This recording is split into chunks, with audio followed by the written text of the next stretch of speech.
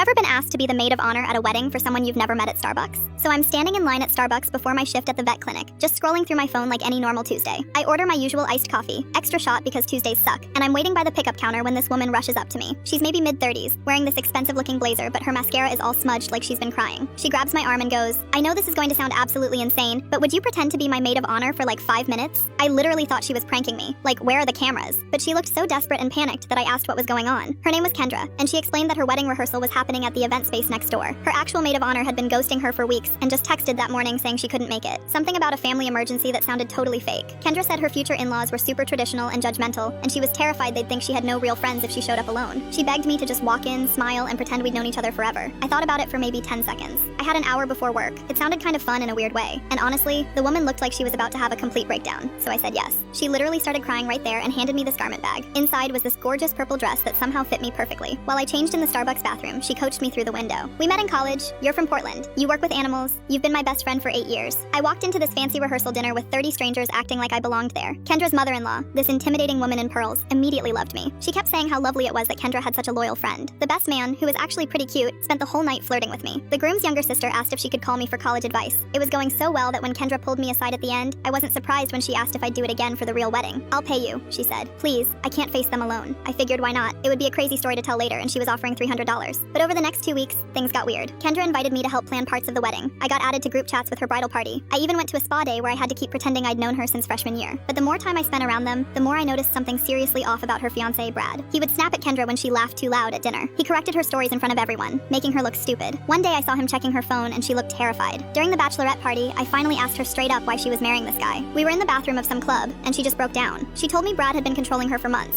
He'd isolated her from her real friends, which is why she had no maid of honor. He had compromising photos of her that he threatened to send to her family and coworkers if she tried to leave. She said, "If I don't marry him, he'll ruin my life. I can't get out." I didn't want to get involved in someone else's drama, but I also couldn't just walk away knowing what I knew. The night before the wedding, I barely slept thinking about it. So the day of the wedding comes. Everything's beautiful. The flowers, the venue, everyone dressed up. I'm standing there in my purple dress holding Kendra's bouquet, watching her walk down the aisle to this guy who I now knew was basically holding her hostage. The ceremony happens, they say their vows, and then it's time for speeches. The best man goes first with some generic story about college. Then it's my turn. I stand up, take the mic, and just decide to throw out the script. I told everyone the truth, how we actually met 2 weeks ago in Starbucks, how her real friends weren't there because Brad had systematically pushed them away, how she was terrified of him but felt trapped. I told them about the photos, the control, everything. The room went dead silent. Brad lunged for the microphone, but Kendra grabbed it first. She looked at me and said, "I didn't think anyone would ever stand up for me. Thank you." Then she took off her veil, threw it on the ground, and walked straight out of that reception hall. I followed her. We left together while chaos erupted behind us. Turns out Brad tried to sue me for defamation, but it didn't stick because everything I said was true. Kendra moved back in with her parents and eventually got a restraining order.